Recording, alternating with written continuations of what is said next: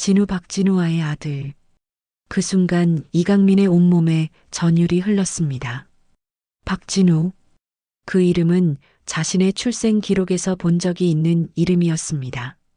아버지로 추정되는 인물의 이름이었습니다. 어떻게 그 이름을? 이강민이 경악했습니다. 미숙 씨가 조심스럽게 말했습니다. 회장님, 목걸이를 확인해 보시겠어요? 이강민은 떨리는 손으로 정장 안쪽에서 목걸이를 꺼냈습니다. 어려서부터 절대 벗어본 적 없는 목걸이였습니다. 반쪽짜리 패물이었습니다. 말순이 가져온 반쪽과 정확히 맞아떨어졌습니다. 병실이 정적에 휩싸였습니다. 이강민의 손이 떨렸고 눈에서는 처음으로 눈물이 흘러내렸습니다. 어머니, 이강민이 떨리는 목소리로 말했습니다. 말수는 마지막 힘을 다해 미소를 지었습니다. 내 아들 강민아.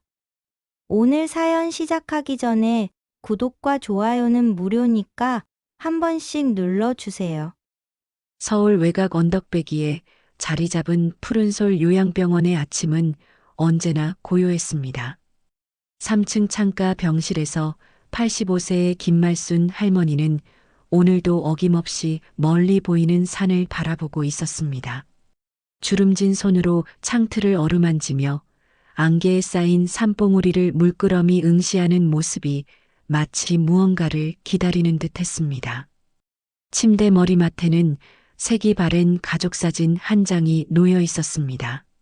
젊은 시절의 말순과 남편 그리고 갓난아기의 모습이 담긴 사진이었습니다. 사진 속 남편의 얼굴은 세월의 흔적으로 희미해져 있었고 아기의 모습은 더욱 알아보기 힘들었습니다. 하지만 말순은 매일 아침 일어나면 가장 먼저 그 사진을 바라보며 하루를 시작했습니다. 사진을 보며 옛 추억에 잠기는 시간이 하루 중 가장 소중한 순간이었습니다. 내가 이 나이에 혼자 남을 줄은 몰랐지. 말순은 속으로 중얼거렸습니다.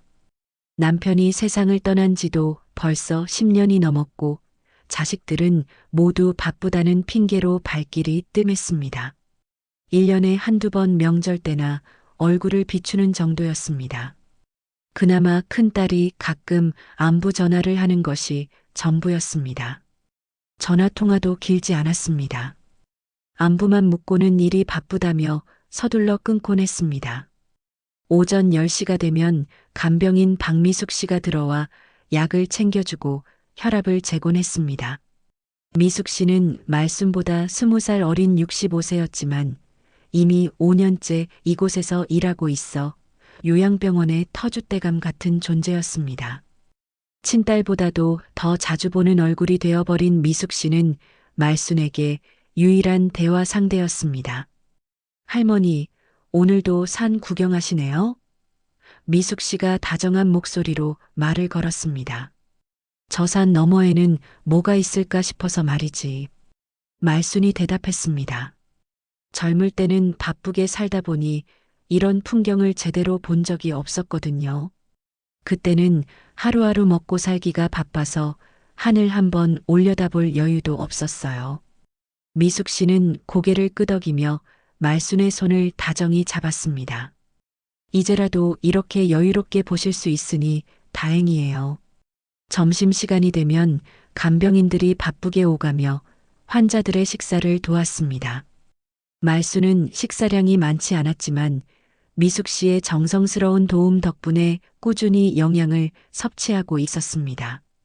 미숙 씨는 늘 말순이 좋아하는 반찬을 기억해서 조금씩이라도 더 먹도록 격려해 주었습니다. 할머니, 오늘 김치찌개가 맛있게 나왔어요. 조금만 더 드셔보세요. 고마워요, 미숙 씨. 당신이 없으면 이 할멈이 어떻게 살겠어요. 오후가 되면 병실에는 고요함이 다시 찾아왔습니다. 가끔 복도에서 들려오는 간병인들의 발걸음 소리와 의료진의 대화 소리만이 정적을 깨뜨릴 뿐이었습니다. 말순은 그 소리들을 들으며 사람들의 발걸음 하나하나에도 저마다의 사연이 있을 것이라고 생각했습니다. 저녁 시간 말수는 침대에 앉아 텔레비전을 켜곤 했습니다. 뉴스에서는 연일 대기업 회장들의 소식이 나오고 있었습니다. 특히 한국 최대 건설회사인 태상그룹의 이강민 회장의 행보가 자주 보도되었습니다. 화려한 정장을 입고 기자들 앞에서 당당하게 발언하는 모습, 각종 행사에 참석해 위풍당당하게 걸어가는 모습이 화면에 비쳤습니다.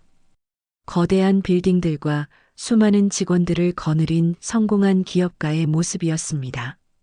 이상하게도 말수는 그 회장의 모습을 볼 때마다 가슴 한편이 떨리는 느낌을 받았습니다. 왜 그런 감정이 드는지 스스로도 알 수 없었습니다. 혹시 젊은 시절 알던 누군가와 닮았나 싶기도 하고 아니면 단순히 성공한 사람에 대한 부러움 때문일까 생각해 보기도 했습니다. 하지만 단순한 부러움과는 다른 뭔가 복잡하고 애잔한 감정이었습니다. 저 사람도 누군가의 아들이겠지. 말수는 텔레비전을 바라보며 혼잣말을 했습니다. 부모님이 살아계시다면 얼마나 자랑스러우실까. 아니면 혹시 말수는 자신도 모르게 목소리를 멈췄습니다. 무슨 생각을 하려던 건지 스스로도 확실하지 않았습니다. 다만 저 화면 속 남자를 보고 있으면 마음 한구석이 아려오는 느낌이었습니다. 밤이 되어 병실에 어둠이 내려앉으면 말수는 창밖의 별을 보며 하루를 마무리했습니다. 도시의 불빛 때문에 별은 잘 보이지 않았지만 그래도 몇 개의 밝은 별은 희미하게 반짝이고 있었습니다. 그럴 때면 말수는 자신도 모르게 오래전 잃어버린 누군가를 떠올리곤 했습니다. 누구인지는 확실하지 않았지만 분명히 소중했던 존재였을 것입니다. 가슴 깊은 곳에서 올라오는 그리움과 아쉬움이 밤 공기처럼 차갑게 스며들었습니다. 이렇게 말순의 하루는 고요히 흘러갔습니다. 매일이 비슷했지만 그래도 살아있다는 것, 그리고 무언가를 기다린다는 것 자체가 그녀에게는 의미가 있었습니다. 푸른솔 요양병원에 특별한 손님이 찾아온다는 소식이 며칠 전부터 돌고 있었습니다. 태상그룹에서 요양병원에 거액을 기부하기로 했고 이강민 회장이 직접 후원 행사에 참석한다는 것이었습니다. 병원 직원들은 며칠째 분주하게 준비에 여념이 없었습니다. 복도를 청소하고 화분을 새로 갖다 놓고 현수막까지 걸어 놓았습니다. 할머니, 오늘 큰 손님이 오신다네요. 미숙 씨가 말순의 병실에 들어오며 말했습니다. 텔레비전에서 자주 보던 그 태상그룹 회장님이 직접 오신다고 해요. 병원에서는 난리가 났어요. 말순은 창가에서 돌아보며 고개를 끄덕였습니다. 그분이 직접 오신다고요? 그럼 우리도 볼 수 있겠네요. 글쎄요, 아마 원장님하고 주요 관계자들하고만 만나실 것 같아요. 그래도 복도를 지나가실 때 볼 수는 있을 거예요. 오전 11시경 병원 로비가 소란스러워졌습니다. 검은색 고급 승용차 여러 대가 병원 앞에 도착했고 정장을 입은 사람들이 우르르 내렸습니다. 그 중에서도 유독 눈에 띄는 사람이 있었습니다. 키가 크고 어깨가 넓은 중년 남성이 당당한 걸음으로 병원 안으로 들어왔습니다. 바로 이강민 회장이었습니다. 이강민은 60대 중반의 나이에도 불구하고 건장한 체격을 유지하고 있었습니다.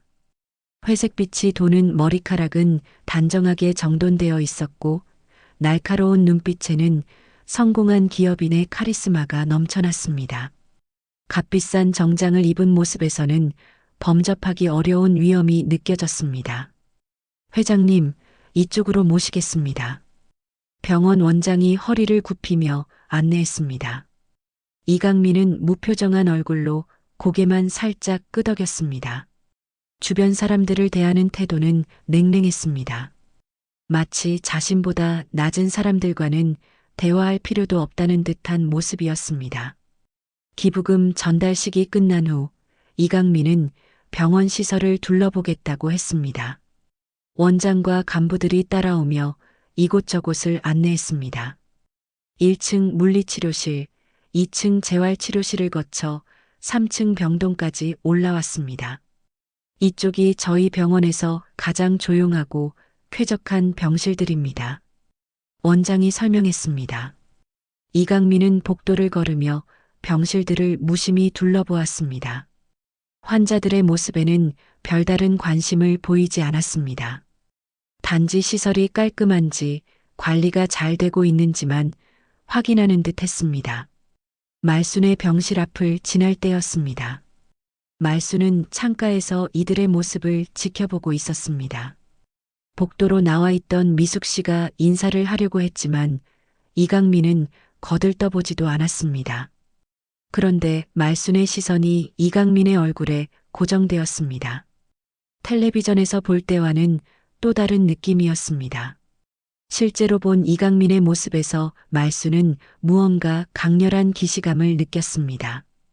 심장이 빠르게 뛰기 시작했고 손이 떨렸습니다. 이강민도 말순의 시선을 느꼈습니다. 고개를 돌려 병실 안을 보니 한 노인이 자신을 뚫어져라 쳐다보고 있었습니다. 이강민은 그 시선이 마음에 들지 않았습니다. 노인네가 왜 그렇게 쳐다보시오? 이강민이 짜증스러운 목소리로 말했습니다. 그 순간 말순의 심장이 쿵 내려앉았습니다. 이강민의 목소리에서 뭔가 익숙한 느낌을 받았습니다. 얼굴만이 아니라 목소리에서도 오래전 기억의 편린이 스쳐 지나갔습니다. 죄송합니다, 회장님. 미숙 씨가 당황하며 사과했습니다. 할머니께서 실례를 드렸네요. 이강민은 더 이상 관심을 보이지 않고 발걸음을 옮겼습니다. 하지만 말순의 눈에서는 눈물이 고이기 시작했습니다. 왜 눈물이 나는지, 왜 가슴이 이렇게 아픈지 스스로도 이해할 수 없었습니다. 할머니, 괜찮으세요? 미숙 씨가 걱정스럽게 물었습니다.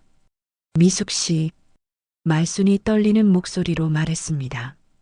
저분 얼굴이 너무 낯익어요. 그럴 수도 있어요. 텔레비전에서 자주 보셨으니까요. 하지만 말순은 고개를 저었습니다. 아니에요. 텔레비전에서 보는 것과는 다른 느낌이에요. 마치 어디선가 본 것 같은. 이강민 일행이 병동을 모두 둘러본 후 엘리베이터를 타고 내려갔습니다. 병원은 다시 평온을 되찾았지만 말순의 마음은 여전히 요동치고 있었습니다.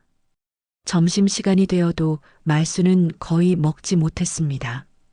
계속해서 이강민의 모습이 머릿속에서 맴돌았습니다. 특히 그의 눈빛과 목소리가 잊혀지지 않았습니다. 할머니, 뭔가 깊은 생각에 잠기신 것 같네요. 미숙 씨가 걱정스럽게 말했습니다. 미숙 씨, 혹시... 말순이 조심스럽게 말을 꺼냈습니다.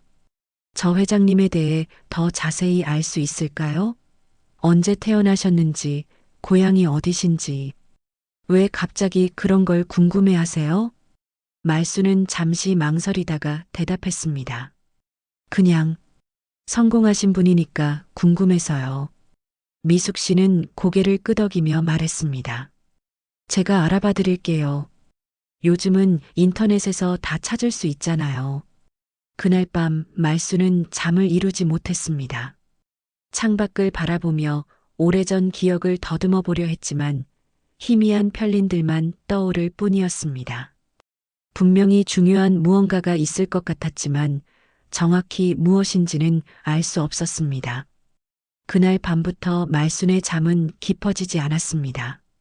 눈을 감으면 자꾸만 오래전 기억들이 물결처럼 밀려왔습니다. 흑백 사진처럼 흐릿하지만 분명히 소중했던 순간들이 하나둘씩 되살아났습니다. 20살 무렵의 자신, 그리고 22살의 청년 한 명이 함께 웃고 있는 모습이 떠올랐습니다. 미숙 씨, 혹시 그 회장님 정보 알아보셨어요? 말순이 아침 일찍 미숙 씨에게 물었습니다. 미숙 씨는 작은 메모지를 꺼내며 말했습니다. 네, 어제 저녁에 간병인실에서 컴퓨터로 찾아봤어요. 이강민 회장님은 1960년 3월 15일생이시고 고향이 충청남도 공주시래요. 어려서 서울로 올라와서 고생하시며 성공하신 분이라고 하네요. 말순의 손이 떨렸습니다. 1960년 3월. 그 시기가 너무나 정확하게 들어맞았습니다. 말순은 가슴이 두근거리는 것을 느꼈습니다. 어머니는 일찍 돌아가시고 아버지도 모르신다고 하더라고요. 고아원에서 자라신 것 같아요. 미숙 씨가 덧붙였습니다. 그 순간 말순의 머릿속에서 뭔가가 번개처럼 스쳐 지나갔습니다. 1959년 여름 20살의 말순은 시장에서 야채 장사를 도우며 하루하루를 버텨나가고 있었습니다. 집안이 가난했던 말순은 어린 나이에도 불구하고 가족의 생계를 책임져야 했습니다. 그때 만난 사람이 바로 박진우였습니다. 22살의 진우는 공주에서 올라온 청년으로 서울에서 일자리를 찾고 있었습니다.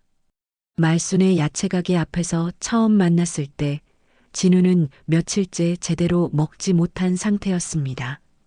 아가씨, 이 무 하나 얼마예요? 진우가 주머니를 뒤지며 물었습니다. 말순은 진우의 상황을 한눈에 알아차렸습니다. 그냥 가져가세요. 조금 상한 것들이라 어차피 버릴 거예요. 그럴 수는 없습니다. 돈을 내야죠. 진짜 괜찮아요. 대신 내일도 오세요. 매일 조금씩 나누어 드릴게요. 그렇게 시작된 인연이 서서히 사랑으로 발전했습니다. 진우는 성실하고 착한 청년이었습니다. 일자리를 구한 후에는 항상 말순을 도와주었고 둘은 자연스럽게 연인이 되었습니다. 말순아, 나는 언젠가 성공해서 너를 행복하게 해주고 싶어. 진우가 한강변에서 말순의 손을 잡으며 말했습니다. 그런 것보다 그냥 평범하게 살면 돼요. 우리 둘이 건강하기만 하면요. 하지만 행복은 오래가지 않았습니다. 1960년 초 진우에게 군 입대 영장이 나왔습니다. 그리고 그 무렵 말순은 임신 사실을 알게 되었습니다. 진우야, 나 아기가 생겼어. 말순이 떨리는 목소리로 말했습니다. 진우는 말순을 꼭 안아주며 말했습니다. 걱정하지 마. 군대 다녀와서 바로 결혼하자. 우리 아기와 함께 행복하게 살자. 하지만 진우가 군대에 간 후 소식이 끊어졌습니다. 처음에는 편지가 왔지만 점점 뜸해지더니 결국 아무런 연락이 없었습니다. 말순은 홀로 아기를 낳았지만 당시의 사회적 시선과 경제적 어려움 때문에 아기를 키울 수 없었습니다. 이 아기만큼은 좋은 곳으로 보내야 해. 말순의 어머니가 눈물을 흘리며 말했습니다. 말순은 갓 태어난 아들을 고아원에 맡겼습니다. 그때 아기가 입고 있던 작은 네이와 함께 넣어준 반쪽 폐물 상자가 있었습니다. 언젠가 다시 만날 수 있기를 바라는 마음으로 남겨둔 표시였습니다. 미숙 씨, 말순이 떨리는 목소리로 말했습니다. 혹시 그 회장님이 고아원에서 자라셨다고 했죠? 네, 그렇다고 하더라고요. 왜요? 말순은 침대 서랍을 열었습니다. 가장 깊숙한 곳에서 낡은 헝겊에 쌓인 무언가를 꺼냈습니다. 헝겊을 풀자 작은 네의 한 벌과 반쪽 난 폐물 상자가 나왔습니다. 이게 뭐예요? 미숙 씨가 궁금해했습니다. 오래전에 내가 낳은 아기가 입었던 옷이에요. 말순의 목소리가 떨렸습니다. 그리고 이 폐물 상자의 나머지 반쪽을 아기와 함께 보냈어요. 미숙 씨는 놀란 표정으로 말순을 바라봤습니다. 설마 그 회장님이 모르겠어요. 하지만 나이도 맞고 고아원에서 자랐다는 것도 맞아요. 그리고 말순이 잠시 말을 멈췄습니다. 어제 본 그분의 눈빛이 너무 익숙했어요. 마치 진우를 보는 것 같았어요. 그날 밤 말순은 오랜만에 꿈을 꾸었습니다. 젊은 시절의 진우와 함께 웃고 있는 꿈, 그리고 갓난아기를 안고 있는 꿈이었습니다. 꿈속의 아기가 자라서 어른이 되고 성공한 모습으로 나타나는 꿈이었습니다. 꿈에서 깨어난 말수는 확신했습니다. 분명히 그 회장이 자신의 아들일 거라고. 하지만 어떻게 확인할 수 있을지, 그리고 확인된다 하더라도 어떻게 접근할 수 있을지는 막막했습니다. 만약 정말 내 아들이라면, 말수는 창밖을 바라보며 혼잣말을 했습니다. 이 할머니를 알아볼까? 다음 날 아침 말수는 평소보다 일찍 잠에서 깼습니다. 창밖으로 스며드는 새벽빛을 바라보며 어제의 깨달음이 꿈이 아니었음을 다시 한번 확인했습니다. 침대 머리맡에 놓인 낡은 아기 네이와 반쪽 폐물 상자가 여전히 그 자리에 있었습니다. 할머니, 어젯밤에 잠 못 주무셨어요?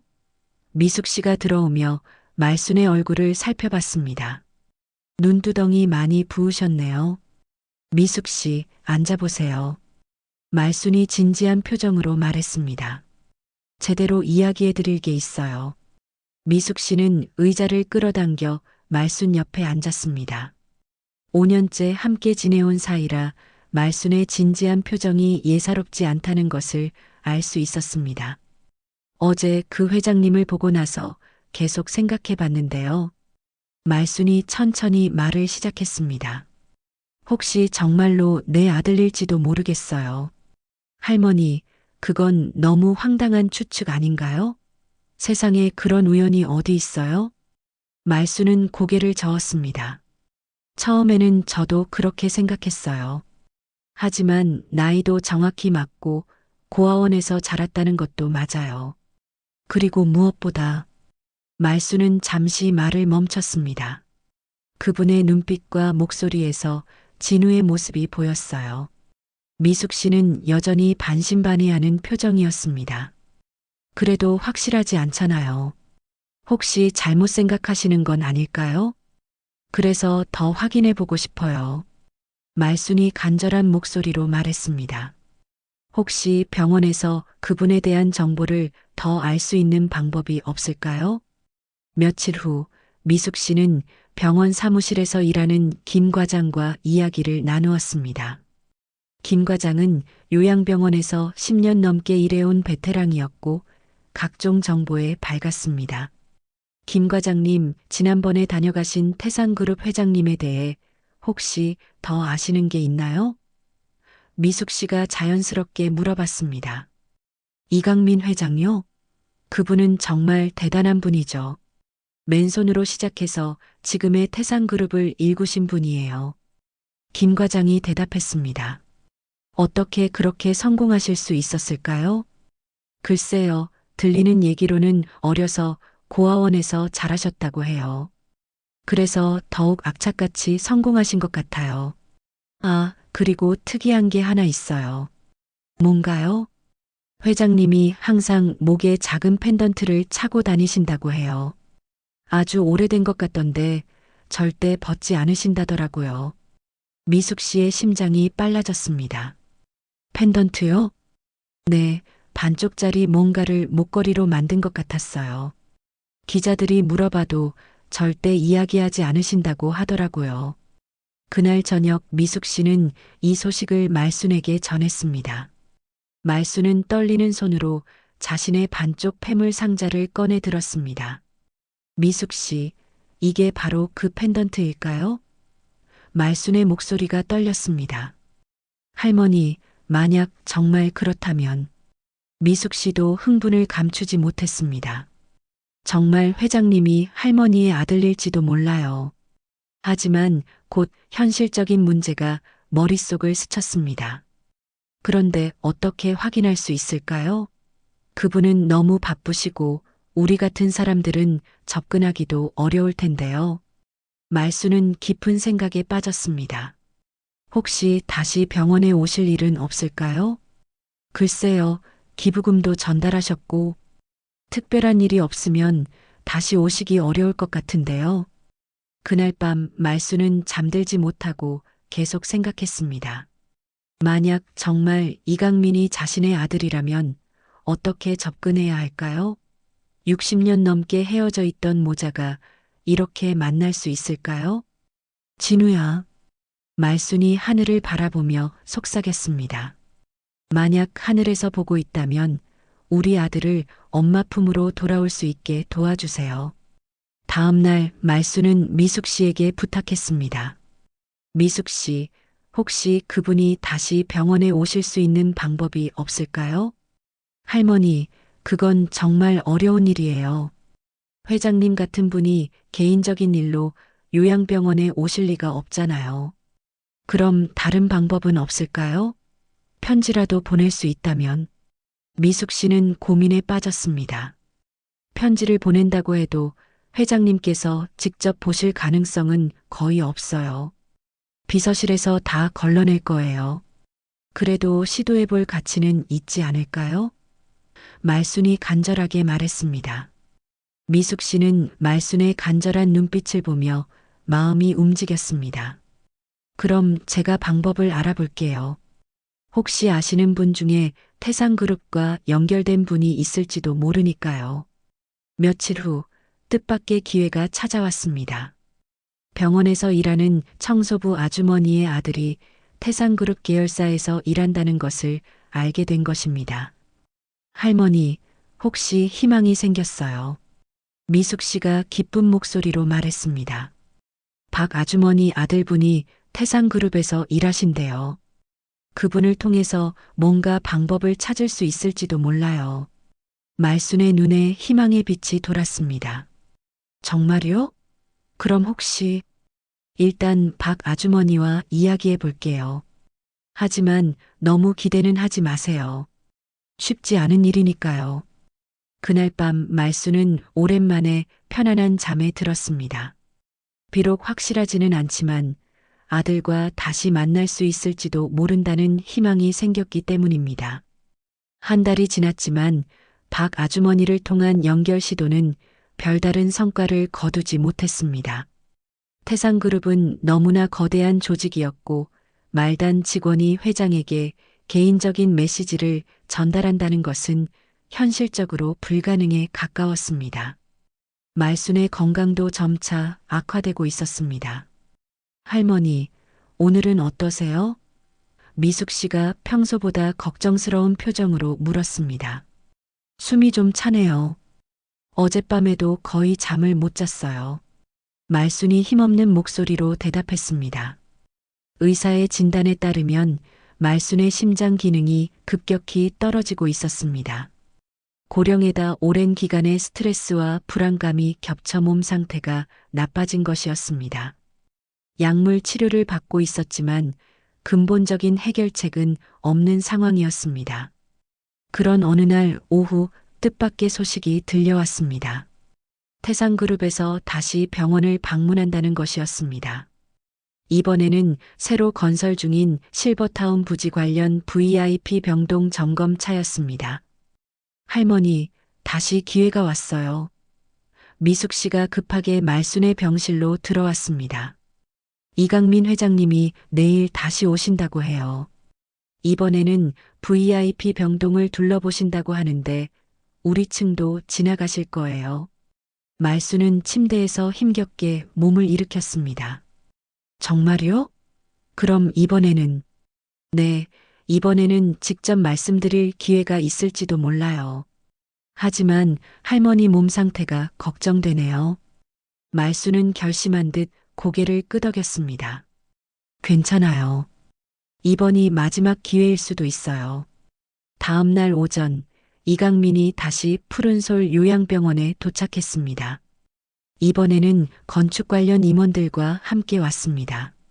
VIP 병동 설계를 점검하고 실버타운 건설 계획을 논의하기 위한 방문이었습니다. 회장님, 현재 VIP 병동은 이런 구조로 되어 있습니다. 병원 원장이 설명하며 안내했습니다. 이강민은 냉정한 표정으로 시설들을 둘러보았습니다. 평소와 마찬가지로 주변 사람들에게는 별다른 관심을 보이지 않았습니다. 오직 사업적인 측면에서만 시설을 평가하고 있었습니다. 3층에 도착했을 때 말수는 이미 병실 문 앞에서 기다리고 있었습니다. 미숙 씨의 부축을 받으며 간신히 서 있는 모습이었습니다.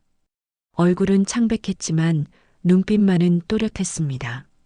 이강민 일행이 복도를 지나갈 때 말순이 용기를 내어 목소리를 냈습니다. 잠깐만요. 말순의 목소리는 떨렸지만 분명했습니다. 이강민이 걸음을 멈추고 뒤를 돌아봤습니다.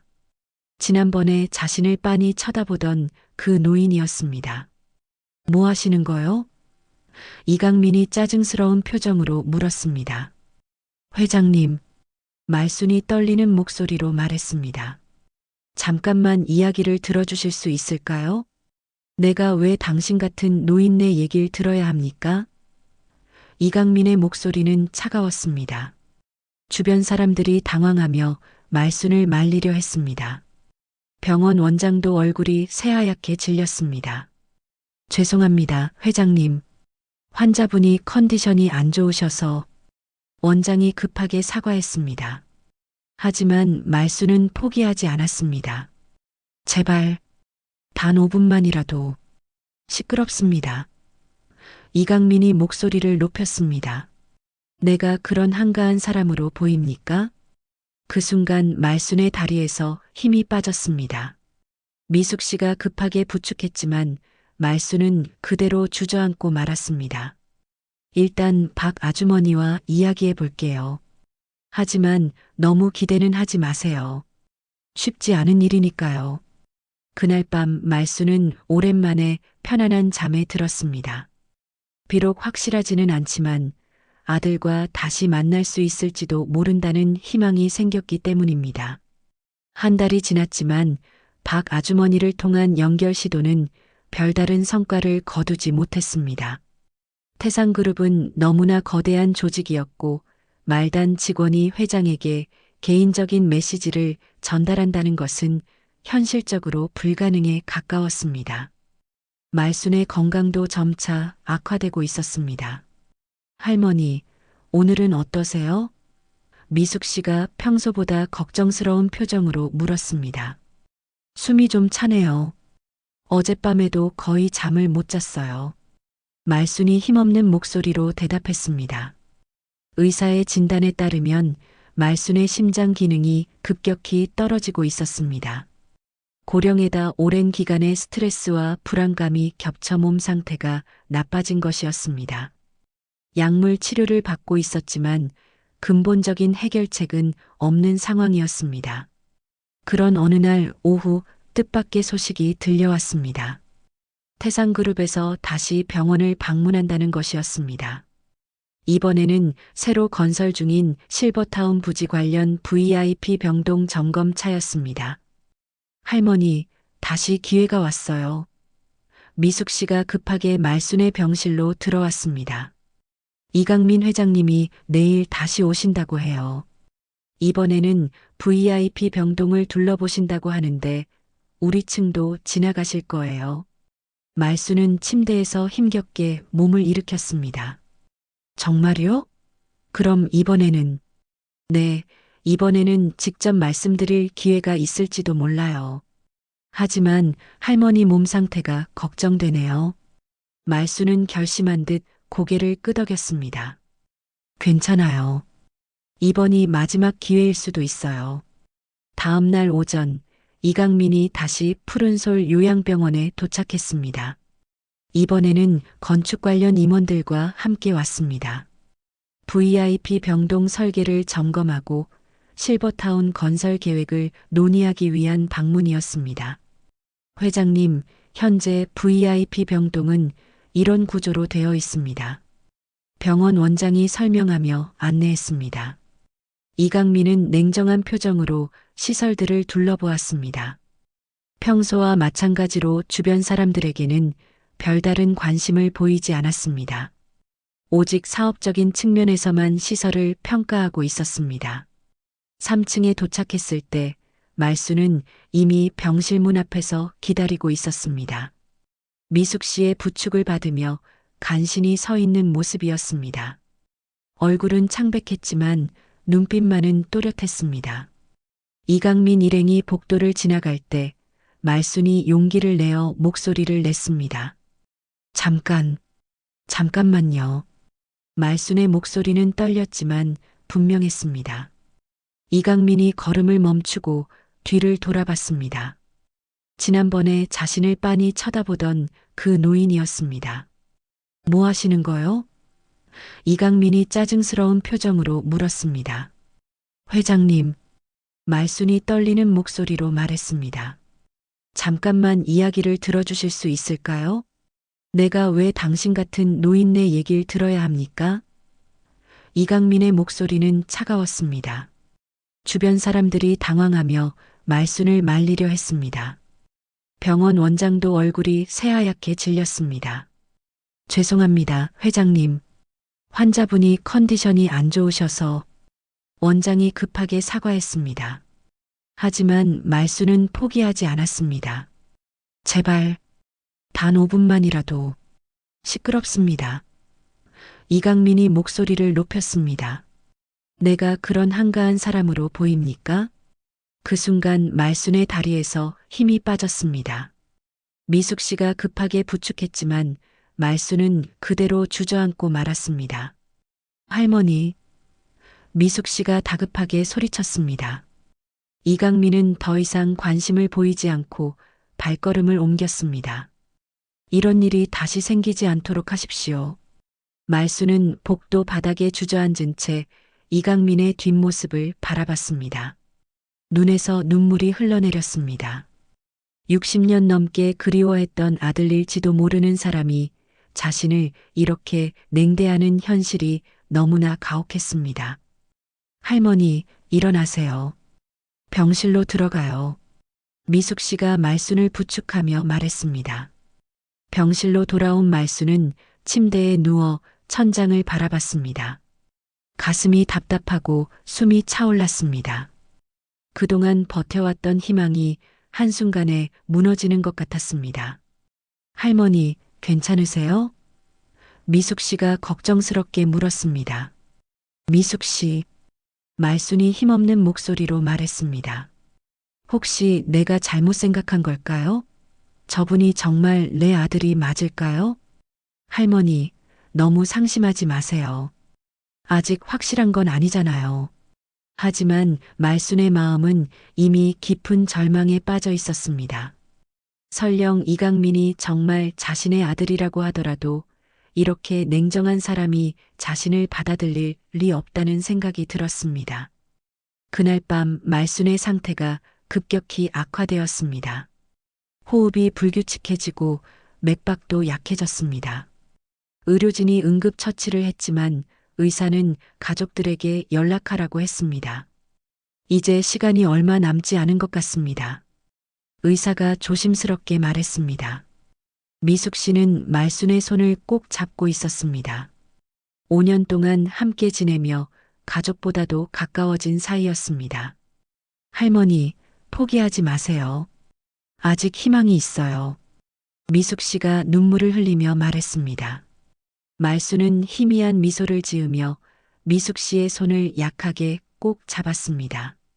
마지막까지 자신을 돌봐준 미숙 씨에게 고마운 마음이 가득했습니다. 말순의 상태는 시간이 갈수록 더욱 악화되었습니다. 의료진은 최선을 다했지만 85세의 고령에다 심장 기능이 급격히 떨어진 상황에서는 의학적으로 할 수 있는 일이 많지 않았습니다. 산소호흡기를 착용한 말순은 의식이 흐릿해졌다가 다시 또렷해지기를 반복했습니다. 미숙 씨, 말순이 가느다란 목소리로 불렀습니다. 네, 할머니. 제가 여기 있어요.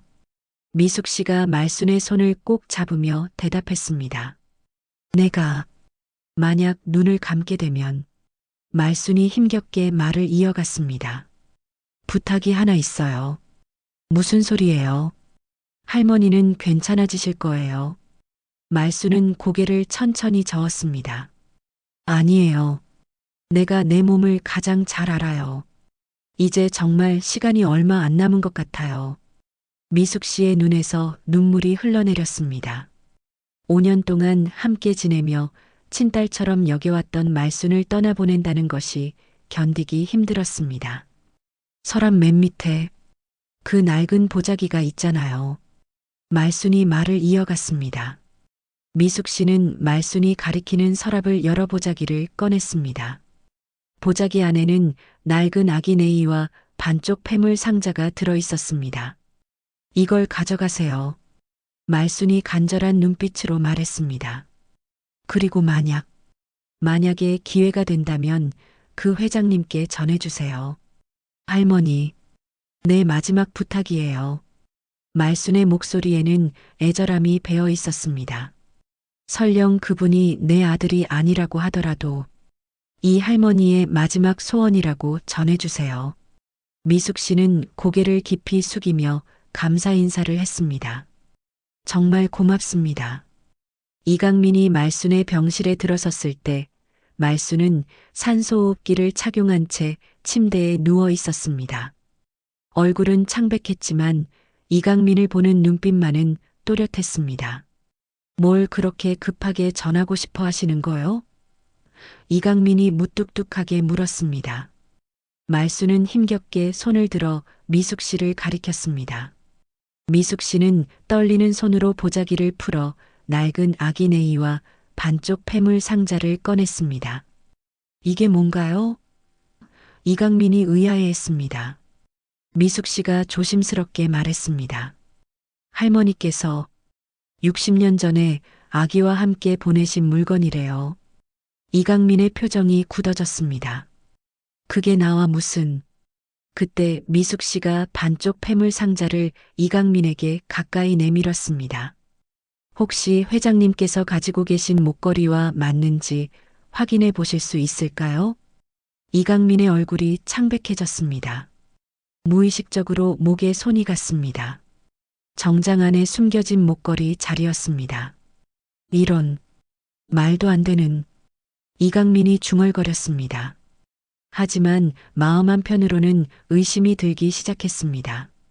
어려서부터 자신과 함께 있었던 그 폐물 조각이 과연 무엇인지, 왜 고아원에서 자신과 함께 있었는지에 대한 의문이 생겼습니다. 말순이 힘겹게 입을 열었습니다. 당신이, 내 아들, 강민이, 무슨 소리를 하시는 거요? 이강민이 놀라며 소리쳤습니다. 1960년 3월 15일, 공주에서 말순이 가느다란 목소리로 말했습니다. 이강민의 심장이 빠르게 뛰기 시작했습니다. 자신의 생년월일과 출생지가 정확했습니다. 그것은 공식적으로 알려진 정보이기도 했지만 말순이 말하는 방식에는 뭔가 다른 무게가 있었습니다. 그만하십시오. 이강민이 떨리는 목소리로 말했습니다. 하지만 말순은 마지막 힘을 다해 계속 말했습니다. 진우, 박진우 아들. 그 순간 이강민의 온몸에 전율이 흘렀습니다. 박진우, 그 이름은 자신의 출생 기록에서 본 적이 있는 이름이었습니다. 아버지로 추정되는 인물의 이름이었습니다. 어떻게 그 이름을... 이강민이 경악했습니다. 미숙 씨가 조심스럽게 말했습니다. 회장님, 목걸이를 확인해 보시겠어요? 이강민은 떨리는 손으로 정장 안쪽에서 목걸이를 꺼냈습니다. 어려서부터 절대 벗어본 적 없는 목걸이였습니다. 반쪽짜리 폐물이었습니다. 말순이 가져온 반쪽과 정확히 맞아떨어졌습니다. 병실이 정적에 휩싸였습니다. 이강민의 손이 떨렸고 눈에서는 처음으로 눈물이 흘러내렸습니다. 어머니, 이강민이 떨리는 목소리로 말했습니다. 말순은 마지막 힘을 다해 미소를 지었습니다. 내 아들, 강민아, 어머니. 이강민이 무릎을 꿇으며 말순의 손을 잡았습니다. 60년 동안 쌓아올린 냉정함의 벽이 한순간에 무너져 내렸습니다. 성공한 기업인의 위엄도 차가운 카리스마도 모두 사라지고 그 자리에는 어머니를 그리워했던 한 아들만이 남아 있었습니다. 강민아, 우리 강민이. 말순이 떨리는 손으로 이강민의 얼굴을 어루만졌습니다. 이렇게 훌륭하게 자라줘서 고마워. 이강민은 60년 넘게 참아왔던 감정이 폭발하며 소리 없이 눈물을 흘렸습니다. 어머니, 왜 이제야?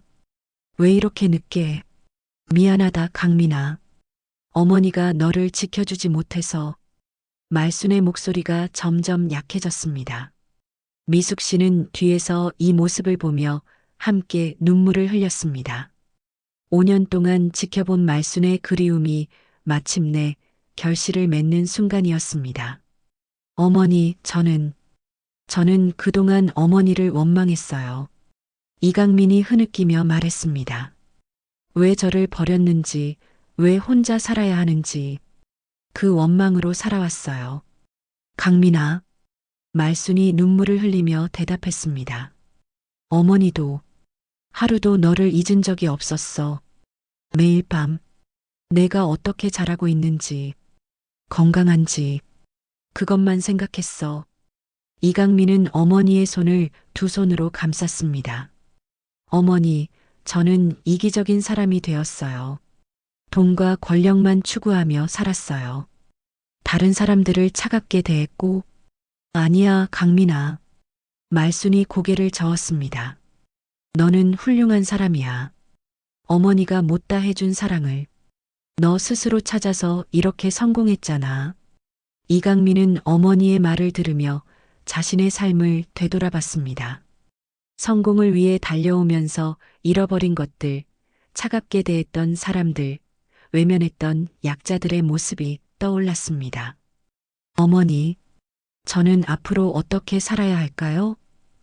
이강민이 물었습니다. 말순은 마지막 힘을 다해 이강민을 바라봤습니다. 강민아, 어머니가 못다한 사랑을 다른 사람들에게 나누어 주렴. 너처럼 도움이 필요한 사람들을.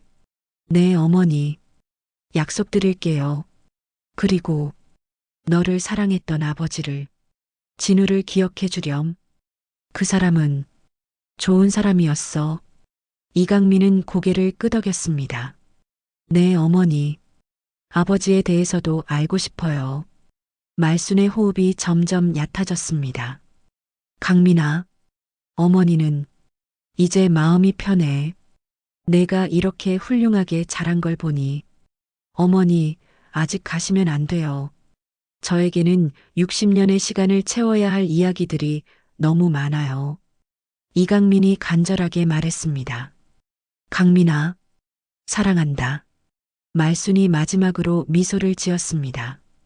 오전 11시 27분, 김말순 할머니는 아들의 손을 잡고 조용히 눈을 감았습니다. 얼굴에는 평화로운 미소가 떠 있었습니다. 60년 넘게 그리워했던 아들을 품에 안고 떠나는 어머니의 모습이었습니다.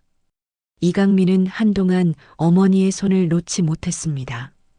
60년 만에 만난 어머니를 다시 떠나보내야 한다는 현실이 받아들여지지 않았습니다. 회장님, 미숙 씨가 조심스럽게 말을 걸었습니다. 이강민은 고개를 들어 미숙 씨를 바라봤습니다. 감사합니다.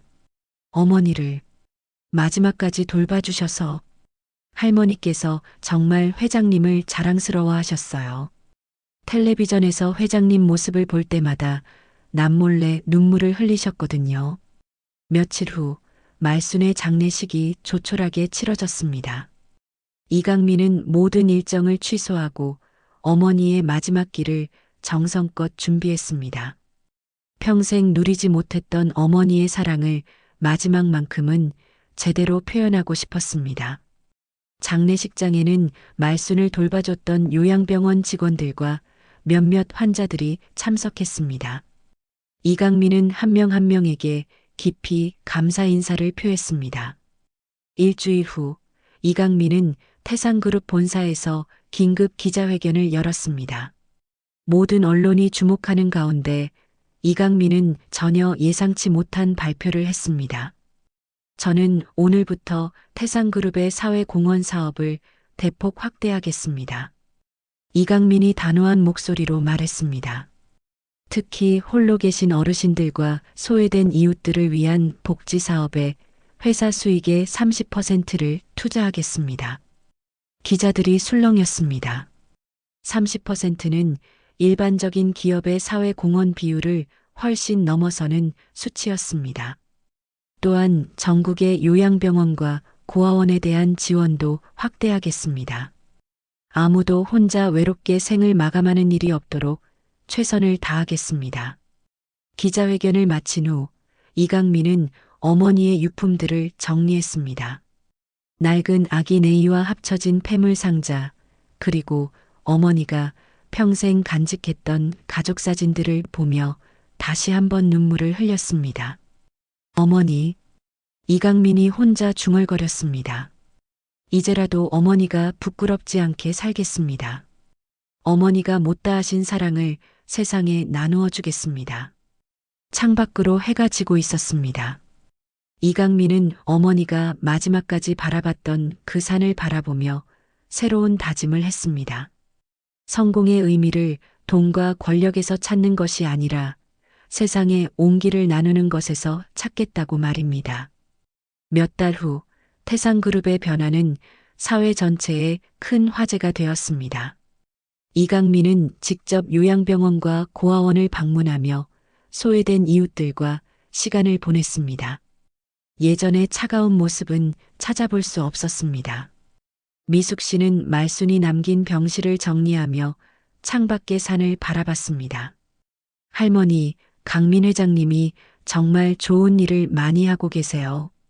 할머니께서 자랑스러워 하실 거예요. 바람이 창문을 스치며 지나갔습니다. 마치 말순이 대답하는 것 같았습니다. 어머니의 사랑이 아들을 통해 세상으로 퍼져나가고 있었습니다. 60년 만에 이루어진 모자의 재회는 끝났지만 그 사랑의 이야기는 계속되고 있었습니다.